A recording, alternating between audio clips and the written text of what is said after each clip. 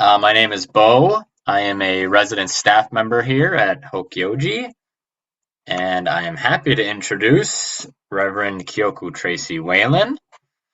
She began practicing Buddhism in 1998 and was ordained in 2008 and given Dharma transmission by Byakuren Judith Ragir in 2015. She trained from 2008 to 2010 at Great Vow Zen Monastery. Currently, she resides at and supports Hokyoji and also serves as a Zen teacher at Clouds and Waters Zen Center in St. Paul. And so I welcome to the stage Kyoku.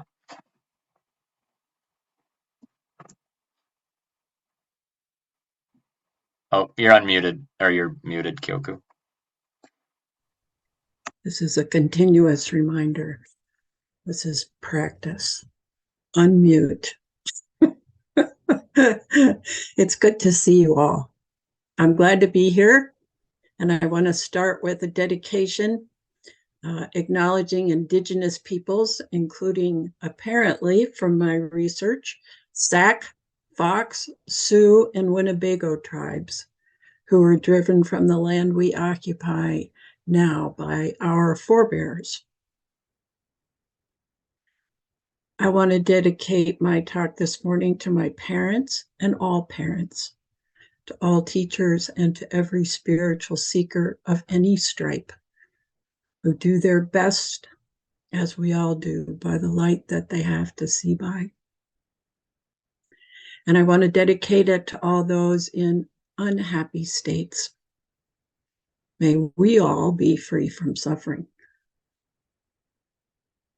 Today, I want to share a teaching that the Buddha gave to his 7-year-old son, Rahula, about the dangers of lying, found in the Majjhima Nikaya. It's Discourse 61 called Advice to Rahula is the teaching that I'm going to talk about. It's thought that Rahula, as a boy, was born on the day Buddha left home to become a bhikkhu, and that he did not see his father again until 7 years later, when Shakyamuni first visited his family after enlightenment. It took him a while after his enlightenment before he went home to his original family. And in this story, Rahula has just joined his father's Sangha and been ordained as a novice by Venerable Saripati at the age of 7. And the Buddha sort of stated precisely that Rahula was basically an excellent candidate among those who were seeking the way as celibates and practitioners of his. So the setting is evening. The Buddha is living in the bamboo grove at the squirrel sanctuary in Rajagaha. And arising from meditation, he walks to where Rahula is, which is close by, but not in the same place he is. So Rahula sees him coming, and he sets out water that his father can use to wash his feet, which the Buddha does. And when his father comes up, before he starts washing his feet, Rahula bows to him and sits down beside him. After washing his feet, the Buddha turns to him and he says,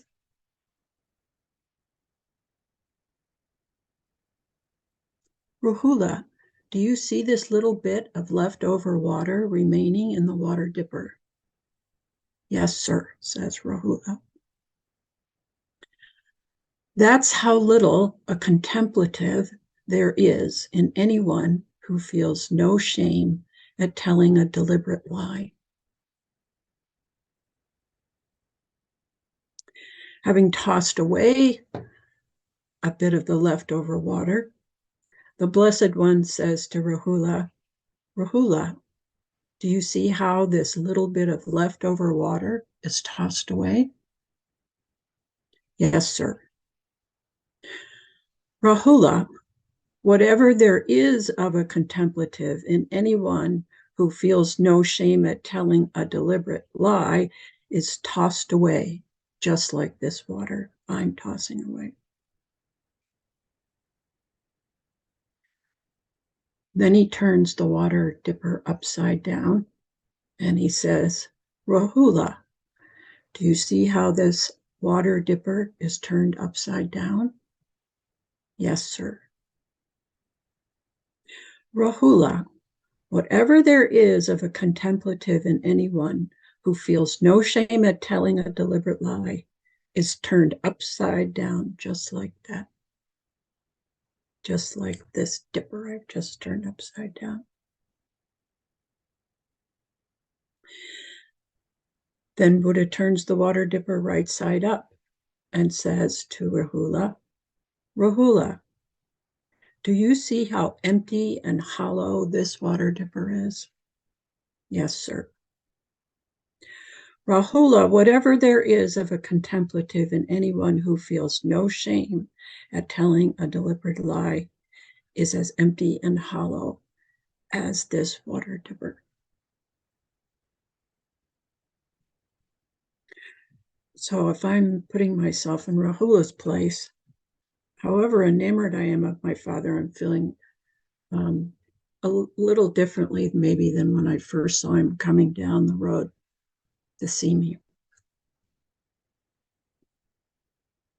The Buddha then goes on and he says, Rahula, it's like a royal elephant.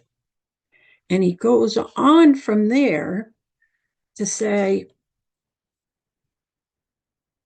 a royal tusker elephant who fights every part of his body, with every part of his body except his trunk,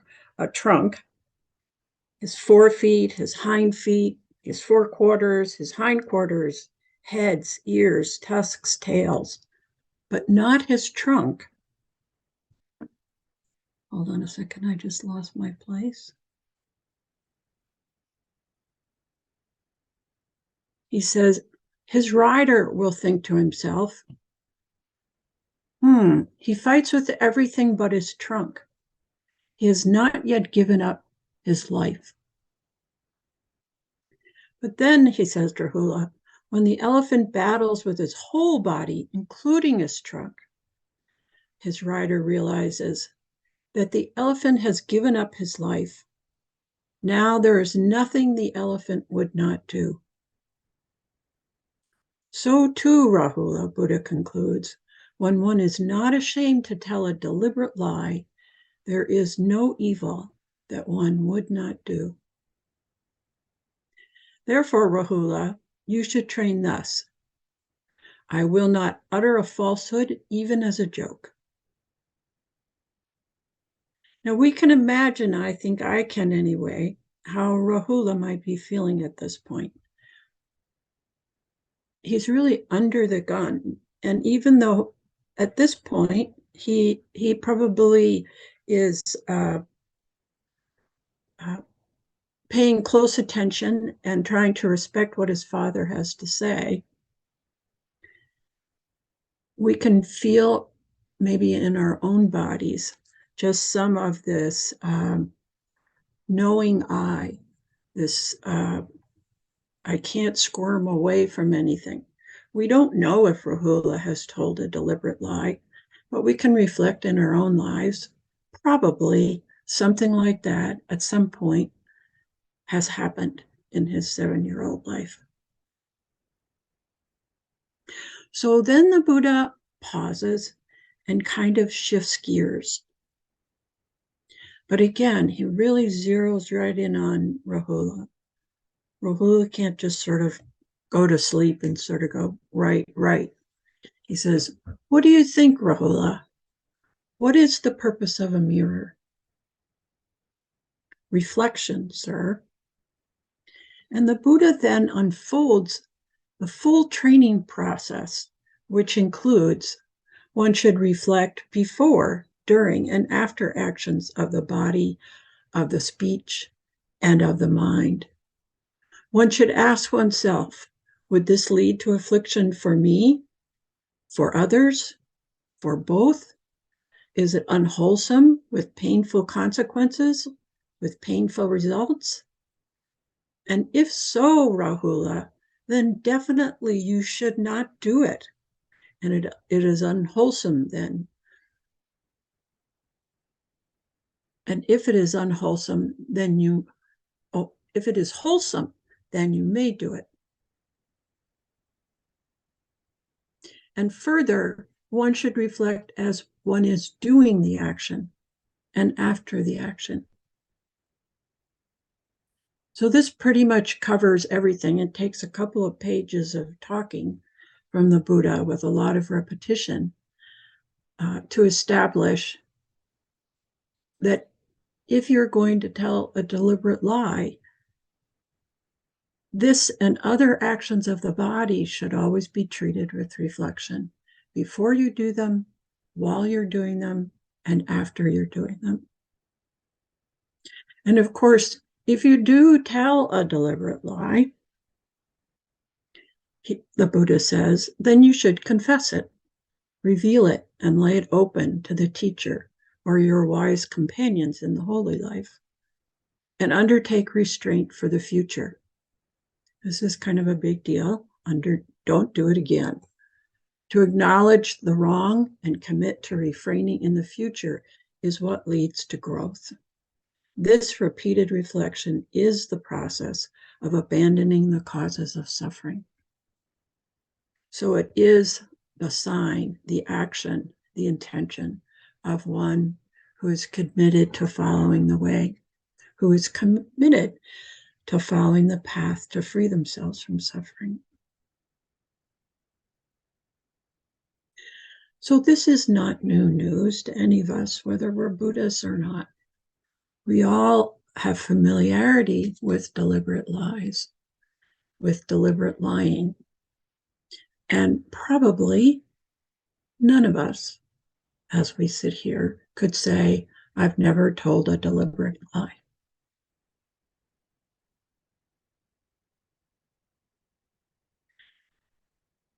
Deliberate lies, I think we know from our own experience, if we reflect on them, generate anxiety, guilt, and a whole host of related unhelpful behaviors, and suffering multiplies. If we tell one deliberate lie, almost invariably, in my experience, as a person who's told deliberate lies, we have to cover up lies, or it just colors all of our interactions in and around that lie, including trying to forget it, pretending it didn't happen, covering it up with other lies, etc. So in that context, if we reflect on it, I think this sutra is helpful, because really, we don't even know if Rahula has told a lie. He hasn't been around his dad for most of his life. So would his dad know that he told a lie? But the Buddha's been through the process of discovering this truth that he's sharing. So he knows about this stuff. He knows how tiny a deliberate lie can feel. He knows how easily it can slip off the tongue once you've gotten used to doing it. And so I think this sutra is helpful for all of us in saying we need to take this seriously. This is like the dandelion seed. It's tiny. We can't see it, but it prospers and it grows. And suddenly it's very hard to live in a life that doesn't have deliberate lies in it. We're all in all of a sudden, and we can't be trusted, and we're not reliable, and we're not on the way.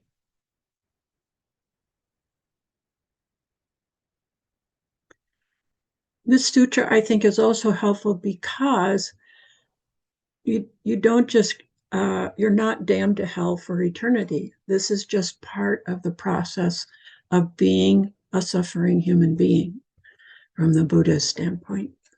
So he's teaching Rahula how to face lie telling full on and put it to good use.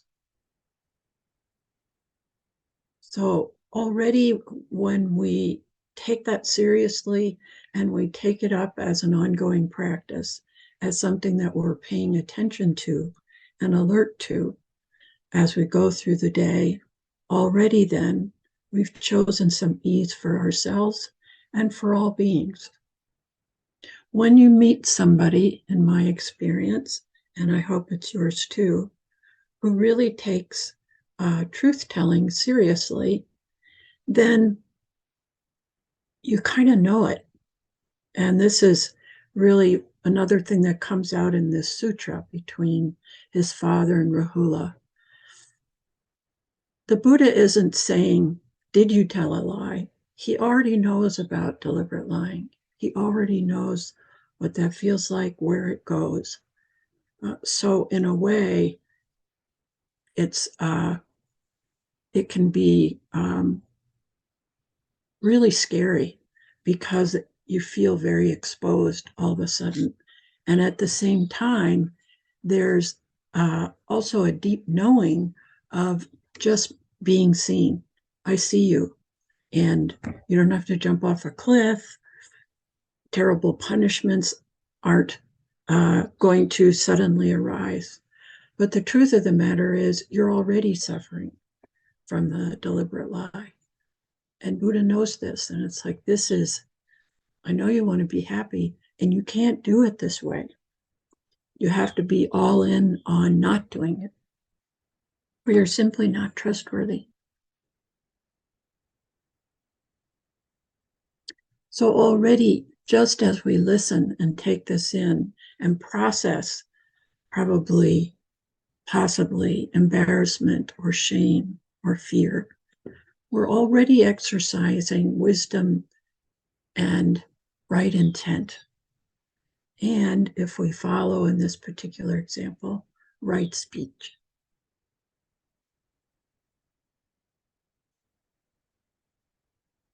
This teaching also illustrates the Buddha's gradual training approach and the deep compassion for us as we are, and the help of the Sangha.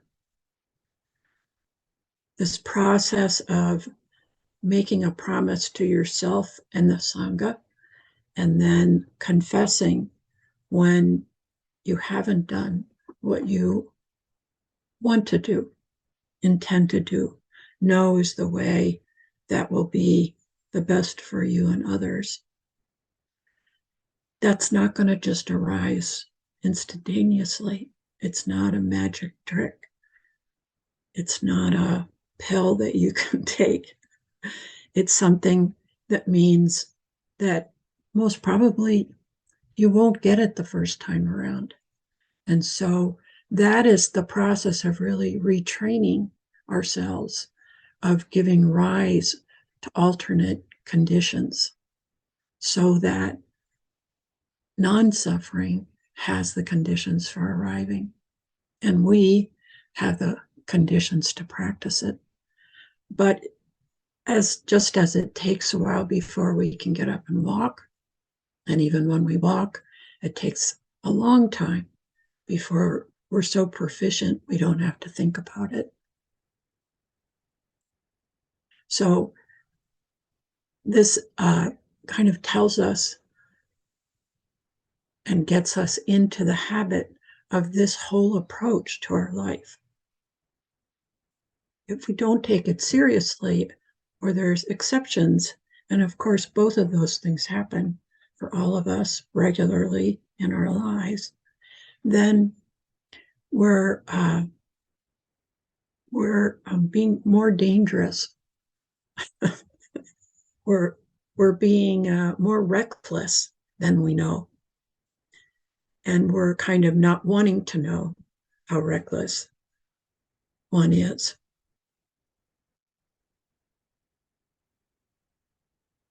I understand from some of Katagiri's heirs that he used to say sometimes, no, don't do that. You'll develop a tendency.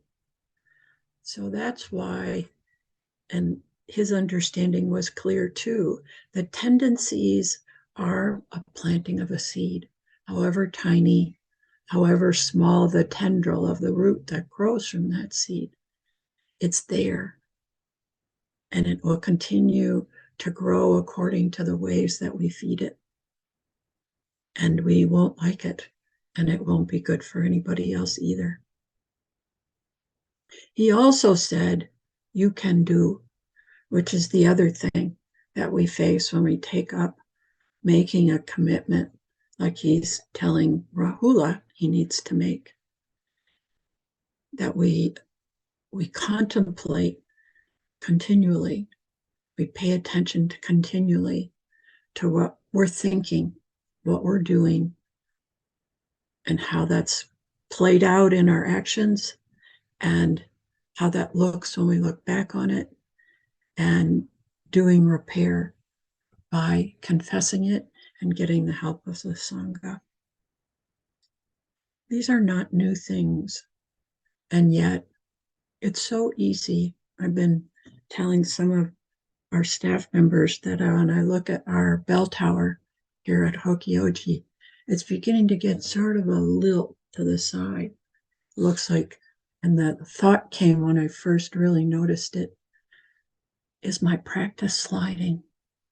Is our, this is like the picture of how it looks. It's sort of like, well, the foundation isn't quite as strong as it used to be, and there's been some weathering here. So we need to pay attention to that and renew that, and our sanghas help us do that. Now, the last thing I want to make sure that you know, because I don't think it came as new surprise to me. I think oftentimes there's a feeling that, well,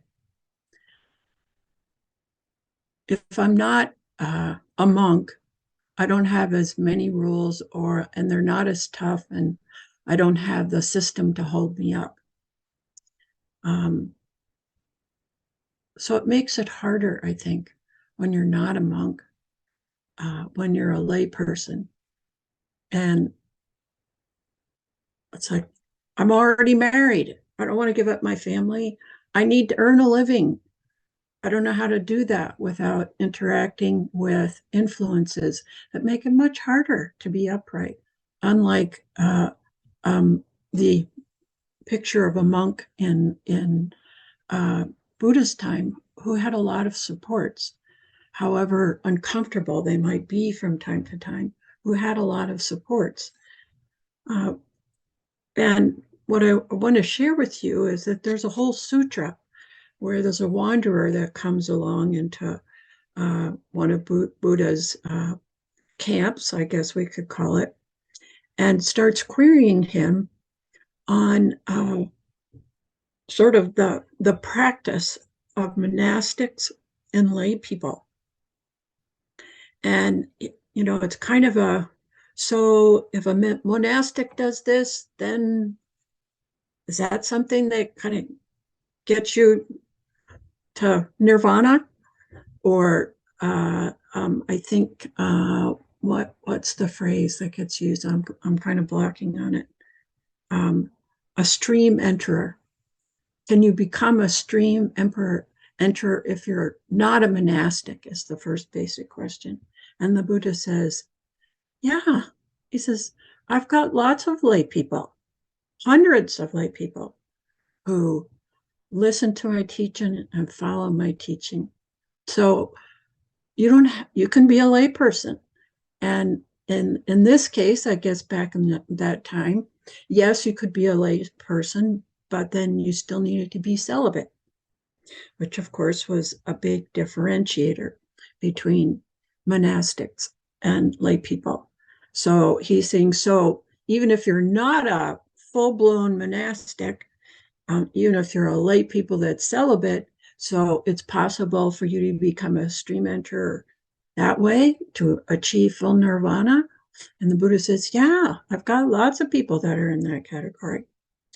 And then, and he, this particular wanderer will say, so if there's a guy like this, is that true? And then he'll say, if there's a female like this, is this true?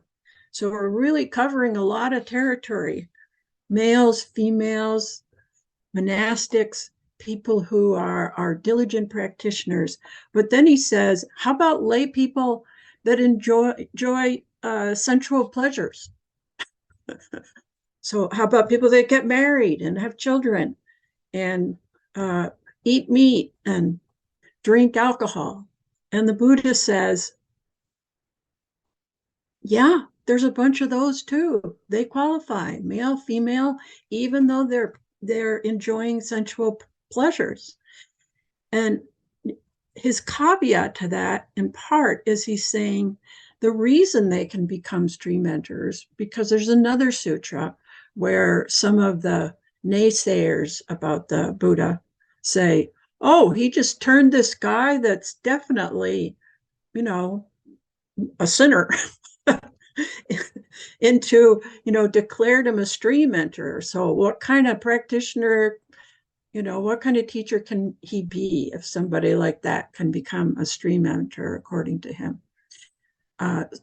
So he says, really the key here is that they practice this way that I teach. And that's just what he's asking Rahula to do here. He's saying, carry out these instructions, take them sincerely and do your best. And when you don't do your best, then confess it. So they respond to my advice, he says. They become free from perplexity. So there's a point that he's really pointing us to where we may have a lot of doubts. We're like, well, I've heard about this Buddhism thing, but I'm really not too sure. And even if I'm sure over here, I can't see playing this out or committing myself to this in all of my life. But the part that I'm committing myself to, that's good. That's helpful. But the Buddha is saying these people who are qualified as dream enterers, who are like the elephant, only committing themselves to the good thing. They're all in. They are paying attention, just like this guy who's asking him all the questions. It's like, okay, so as you commit yourself, the Buddha says, they become free from perplexity. They don't have big doubts that this is what they need to do. They gain intrepidity. It's like, whatever I'm doing, however many mistakes I make, however often I'm seeing my own flaws and the flaws in others, I know this is the way. I'm good. And so in that way, they become independent of others. They are not as caught by the things that make us all anxious. So that's all I have to say. I want to open it up for others. And before we go through that wonderful process of hoping somebody else goes first, I'd just like to take us back to when we were 7, or maybe younger than that if you've got an earlier memory. And just for a minute, close your eyes and imagine yourself as Rahula, listening to this process. You've just met your dad. He's just given you this very deep talk, and you're among others as having taken something like 200 rules into your life. And just think about that. Just think about how that felt. In my life, as I was going through this exercise, as I was preparing this talk, I remembered that I wet my pants when I was little. And I was continually telling deliberate lies to cope with it. And how there was always fear. There was always fear because somebody might find out, or there were always obstacles because my parents would say, well, unless you stop wetting your pants, you can't do such and such. Or when I went to visit my grandmother, not wanting her to know about it. So I remember that, and at that stage, I didn't have any real access, not in my heart anyway, to not lying or being okay, having it be even possible. So getting just in touch with why we tell deliberate lies, unless you're one of those who's already got to a point where that doesn't happen very much anymore or at all. We'll just take a few minutes here. And then I'd like to hear whatever you want to say.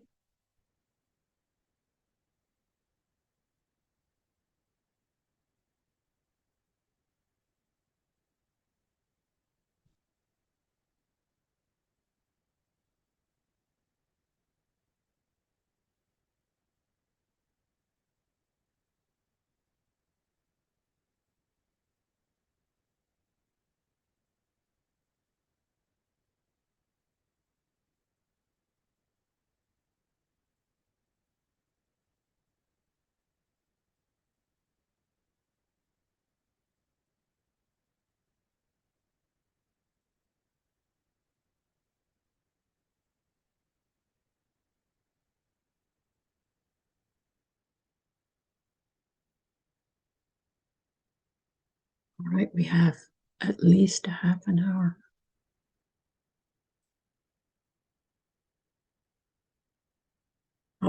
Should I put myself on mute or stay unmuted? Oh, You can put yourself on mute, probably for the time being, if they need to speak.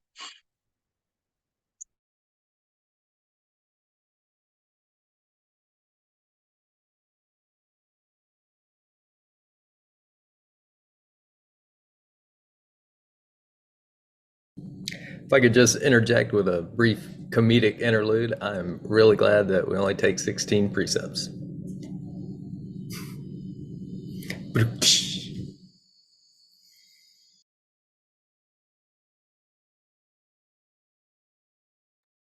thank you, Dozen.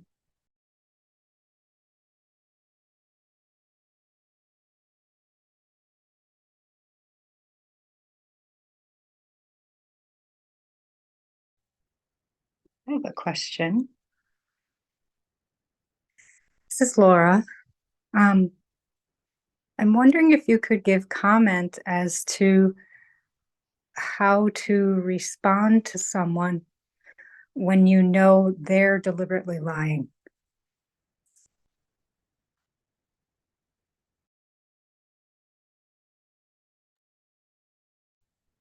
Well, I think I would take my clue from first the Buddha, which is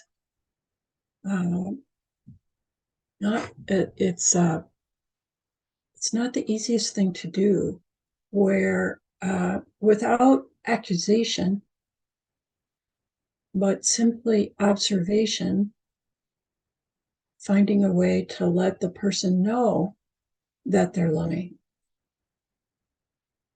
Now, I have a long, vivid memory of my grandmother knowing that I had been lying about something that I did when I visited her.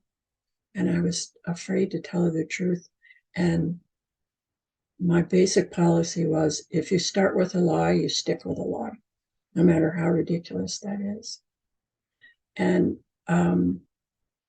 she didn't yell at me. She just said, there's this evidence, there's that evidence, there's this evidence, there's that evidence.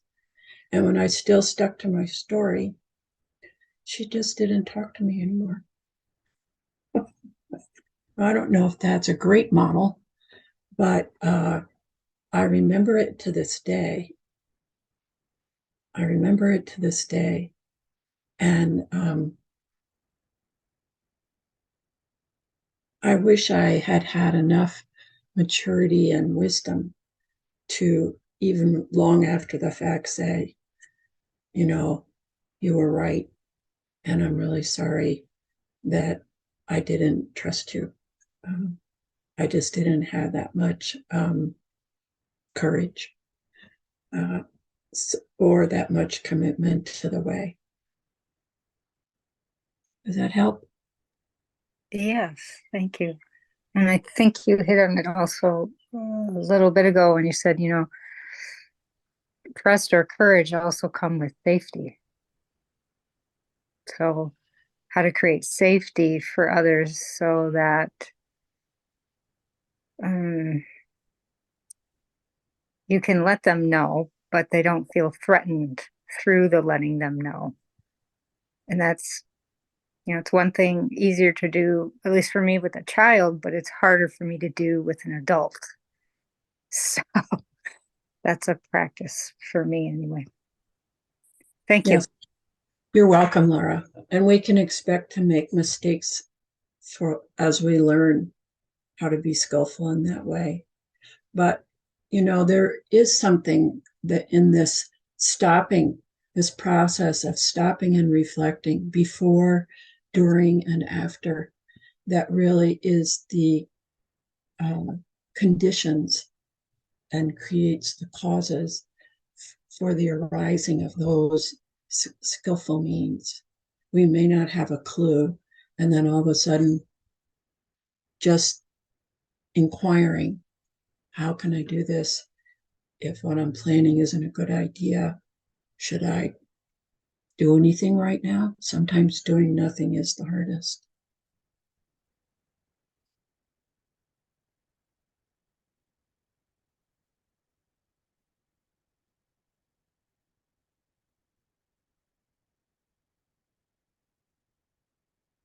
Please have the courage to share your wisdom and your mistakes. So please, we are your Sangha. I'm not expecting confessions, but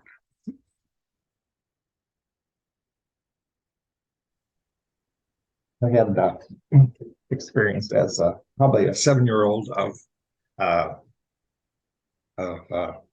this kind of like getting caught in a lie of kind of not telling the truth sort of thing, where my brother had stolen a pocket knife from the little hardware store. And of course, I knew he had done it. And of course, when my parents found out about it, it was kind of like I wasn't going to tell them because I felt threatened by my brother, but and didn't want to be the squeak.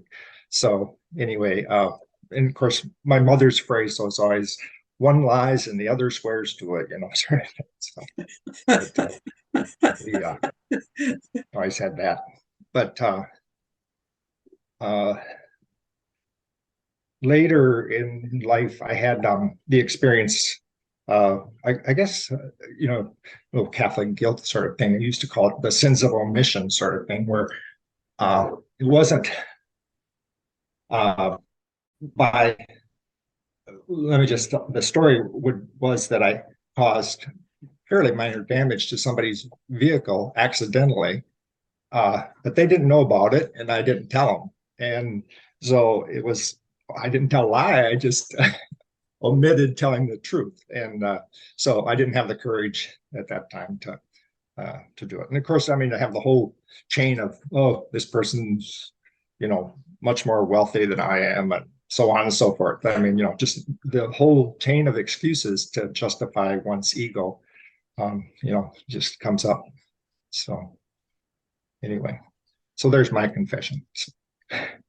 That's a wonderful story. And I think just about everybody I know, and certainly me, have done lies of omission. And you can just tell by the reaction in your own body, Mhm. whether that's a good thing or not a good thing.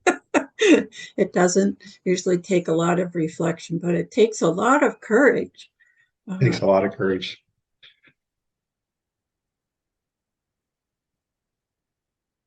Thank you, Frank.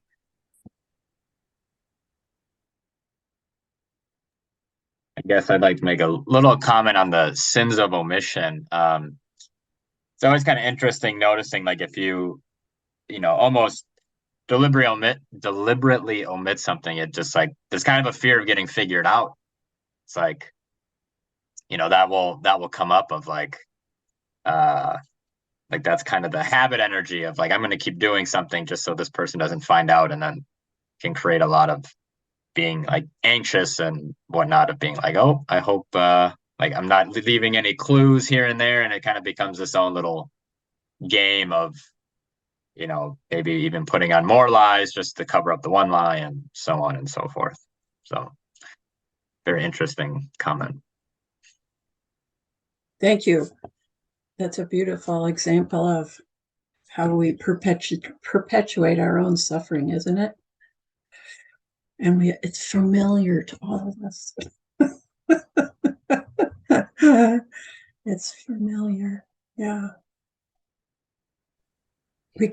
I think it's worthwhile sometimes reimagining how it would have looked and what the worst case scenario would have been if it didn't turn out the way you wanted to. And, I've got enough experience with deciding to do the right thing now, although I'm still needing more of it, that I realize that it's a way of cleaning up my karma. It really makes a difference in direction. It's like, got through that one, and everything's still here. And it seems, it makes me realize how powerful my thinking is, how, sort of scary it is to be a human being who thinks,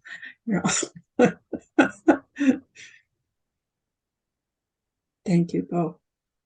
Yes. So Frank's thoughts. I was raised Catholic, and when you're 7 years old, you're preparing to make your first communion. That means you learn to go to confession, and it's the whole process begins with "Bless me, Father, for I have sinned," and so you tell your sins. I mean, things like when you're 7 years old, like, I rode my bike across my neighbor's grass 3 times, things like that.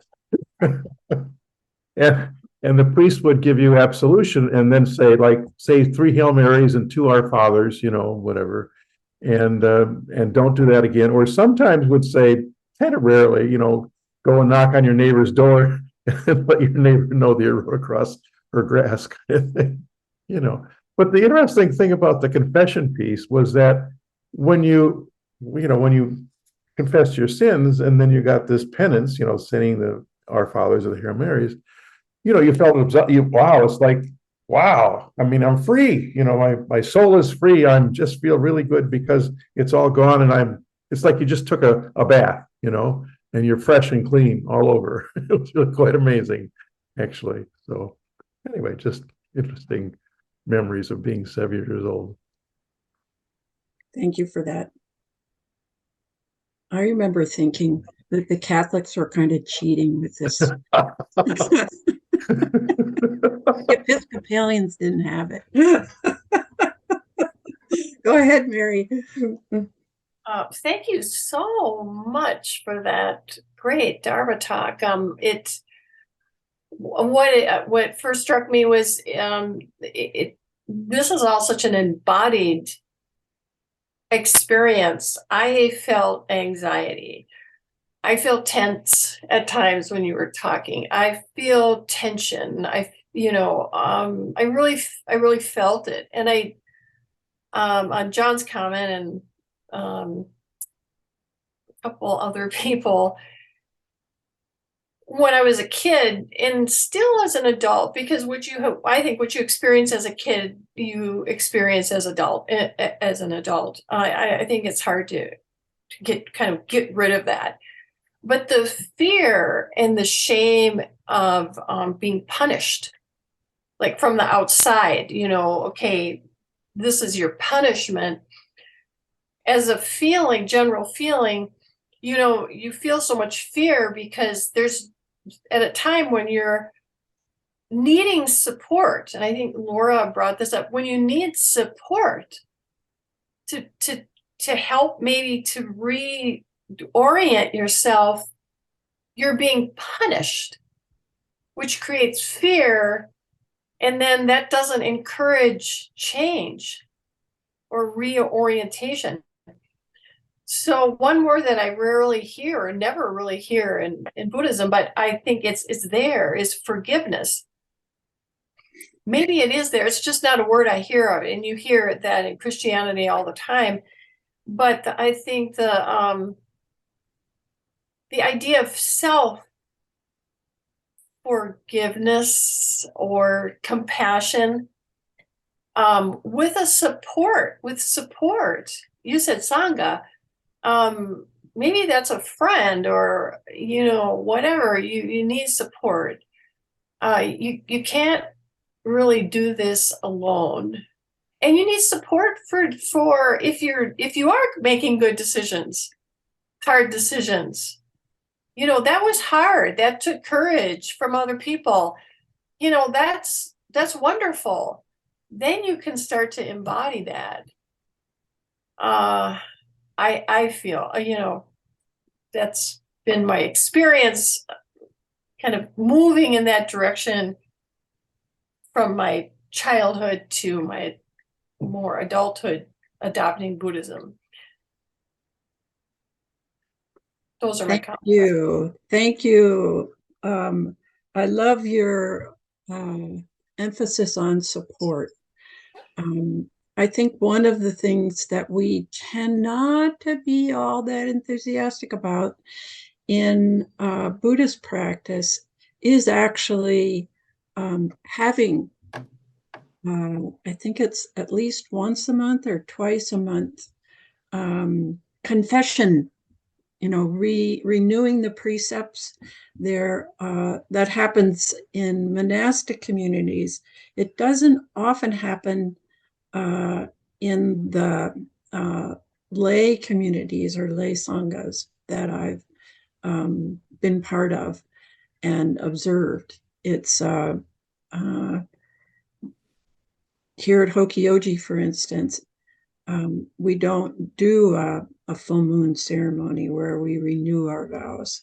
And I think it's very hard to feel brave enough to really bring those guilts and errors to the table, especially in a lay sangha, because we don't have as much time to know about it. In the Pali Canon, also kind of in and around producing this talk, there was another Nikaya where one of the monks wasn't lying, but he made another error. And eventually the Sangha's response to it, and working with him and bugging him, changed. And there was another story where it kind of depended on the person. It's like, a difficult horse or follows the instructions readily horse. There's so it depended on the person that came to the table and sort of what attitude they had about it, about how the Sangha, particularly of elders, would go about it. Was it a long admonishment? Was a sort of particularly tough admonishment? So in the Pali Canon, anyway, we get to see in some very clear, understandable, not at all confusing ways what Sangha support might look like. And you're right. We need examples of how to treat ourselves with compassion when we've suffered. I mean, that's the first thing that I think is hardest to learn, is to trust that acknowledging and really seeing clearly the suffering is necessary.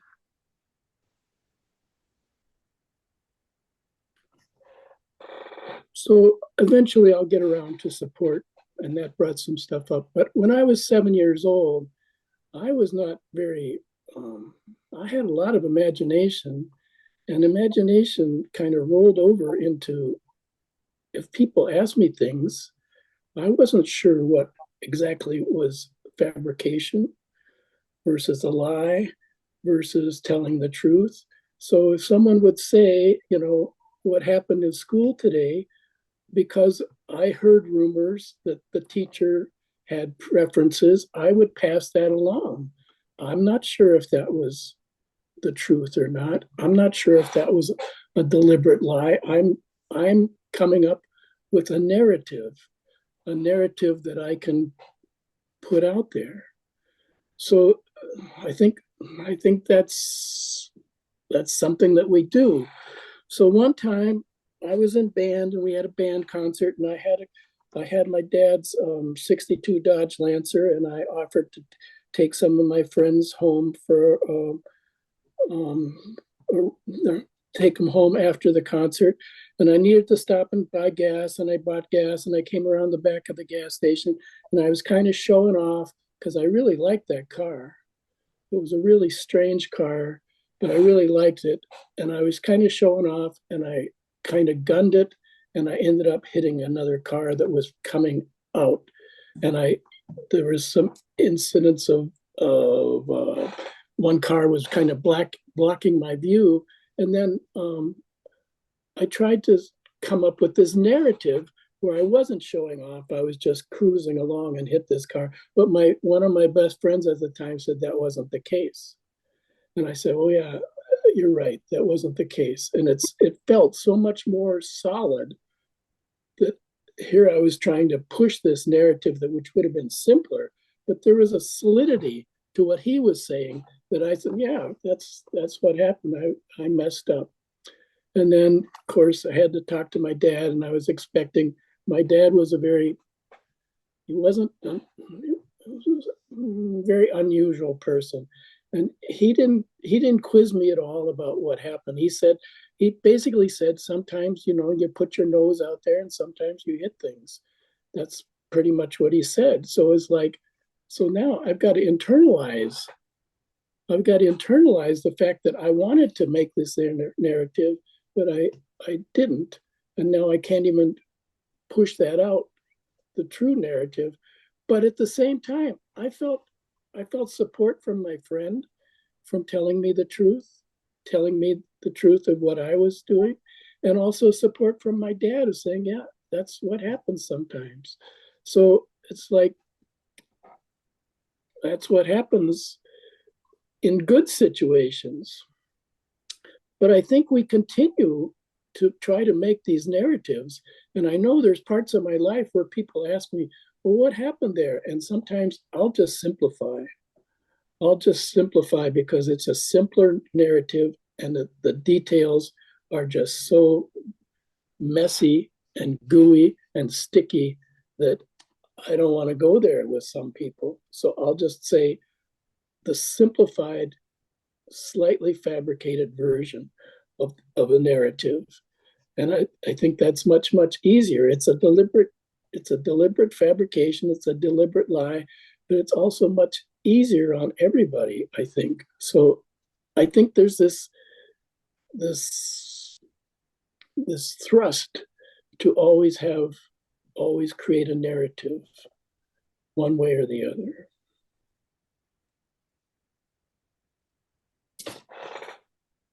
I hear you. But if we look at it carefully, is that true? You know, there is another sutra, which I've read a number of times and really appreciate, about right speech, where the Buddha talks about 5 qualities of right speech. And then he goes through combinations. So if it's, these 3 and not those 2, is it right speech? And there's like only 2 of the combinations that end up as right speech.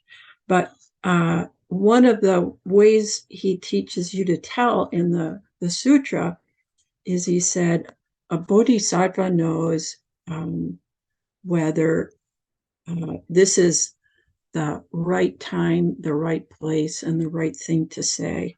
So you make a judgment. So it becomes really a kind of faith. What I appreciate about the Buddhist way is because there's a confession and because there's a commitment to future restraint, a continuing kind of confidence that if I continue working on honesty, that the question then kind of goes away.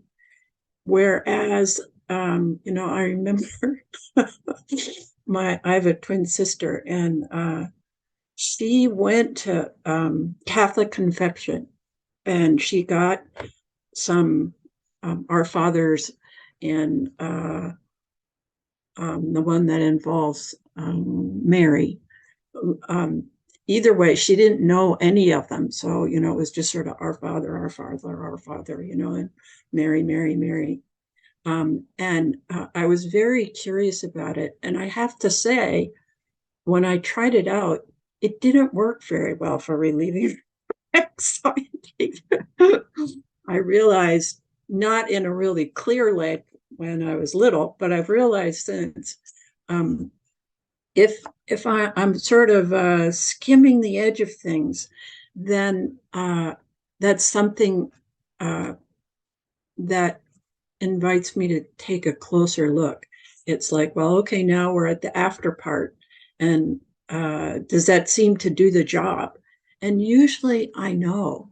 So I think really what I can commit myself to is being brave enough to know, and working with that with other people and asking for their help.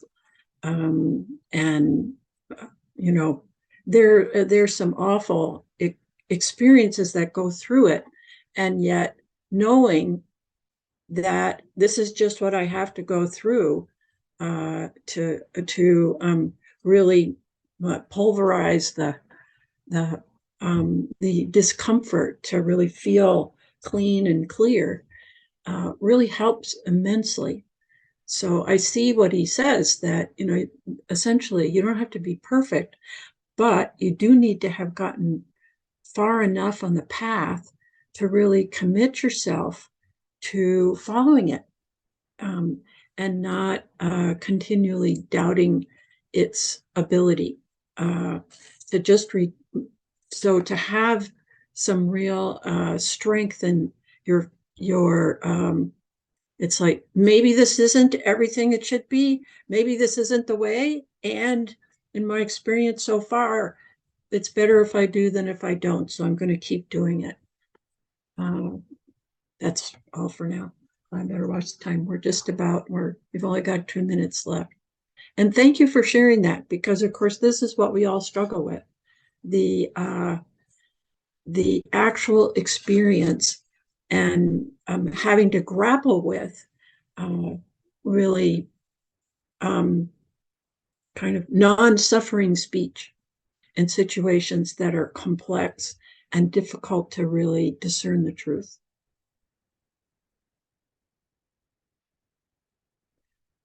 So, Bo, I think